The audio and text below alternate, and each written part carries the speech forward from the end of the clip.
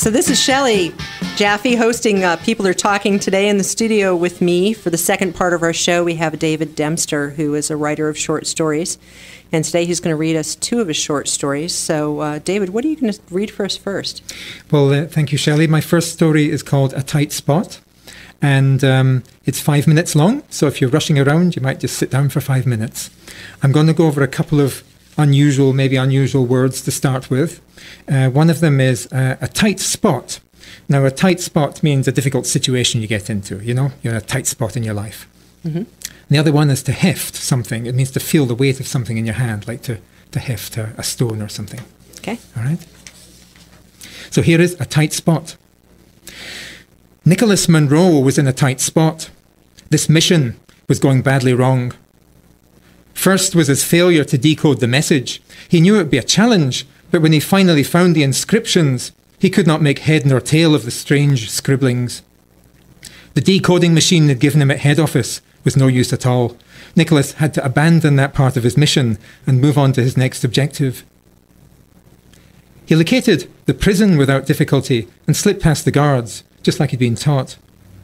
The sole occupant of the cell had been surprised to see him. He was speechless and nervous from long captivity, crouching and twitching in the corner of his filthy cell. Nicholas spoke soothingly to him and explained he was here to set him free, but the prisoner gave no sign of understanding. And then came the blow. A new locking system had been installed on the cell door.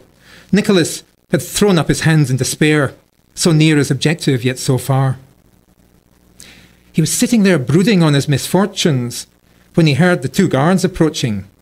"I'll be back," he whispered to the prisoner as he slipped out the side door and headed for the nearby wood, sticking to the shadows as he crossed the open expanse. He made it in the nick of time, just as the guards rounded the corner. Nicholas hugged a tree, making himself as thin as possible as he weighed his options. He hefted his automatic in his right hand, a comforting feel, until he remembered his one remaining bullet. Nicholas peered carefully around the tree and saw he was about to have possibly his only chance. One of the guards had turned away, shielding his pipe from the wind as he prepared to light it. The other guard was nowhere to be seen. "Now, move!"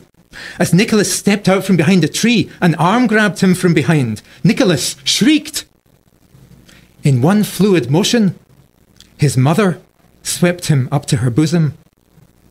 She noted the bent twig in his hand, held sharpshooter style. "So, young man, who are you today? Flash Gordon saving us all from destruction?" Nicholas danced in his mother's smiling eyes and bathed in the deep contralto of her voice. With the ease of childhood, he waved his wand and transformed her from evil adversary into beautiful princess. She settled him on her hip, and they started up the garden path, Madonna and child, heading for the big brick house. They walked past the smiling gardener, tossing away his match as he got his pipe going well. They walked past the rabbit cage, its sole occupant crouching in the corner, nose twitching. They walked past the sundial, covered in its strange scribblings. On they went, Snow White with her favourite dwarf, King Arthur astride his fiery steed, the Greek goddess consorting with her vassal. They crossed the drawbridge and entered the gingerbread palace.